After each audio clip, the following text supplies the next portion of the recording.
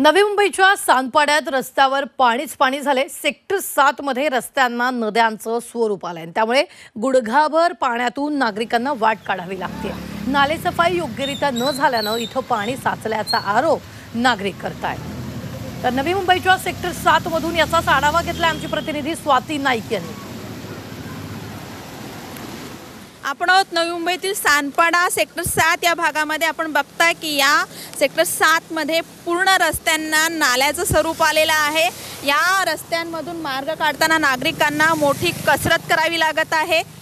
एकंदरीतच आज नवी मुंबईमध्ये जोरदार पाऊस झालेला आहे, परंतु सानपाड्यामध्ये हा जो पाणी तुंबलेला आहे हा नालेसफाईचा पोलखोल केलेली आहे। नालेसफाई स्वच्छ केल्यामुळे या परिसरामध्ये पूर्ण पाणी तुंबल्याचं चित्र आहे। आपण बघताय की बाजूला उद्यान आहे, उद्यानातून देखील पाणी मोठ्या प्रमाणामध्ये वाहताना दिसत आहे आणि तेच पाणी रस्त्यावर आलेलं आहे। पूर्णपणे नालेसफाई पूर्ण झाली नसल्यामुळे ह्या परिसराला पूर्ण तलावाचं स्वरूप आलेलं आहे। एकंदरीत मिलेनियम बिझनेस पार्क असेल, मिलेनियम टॉवर्स असतील, सानपाडा पोलीस स्टेशन असेल, या परिसरामध्ये पूर्णपणे अशा प्रकारे पाणी रस्त्यांवरती गुडघाभर पाणी आहे। या गुडघाभर पाण्यामध्ये नागरिक मार्ग काढताना दिसून येत आहेत। नालेसफाई न झाल्यामुळे अशा प्रकारे पाणी तुंबल्याचा आरोप हा रहिवाशांनी केलेला आहे। Swati Naik, Zee media, Navi Mumbai.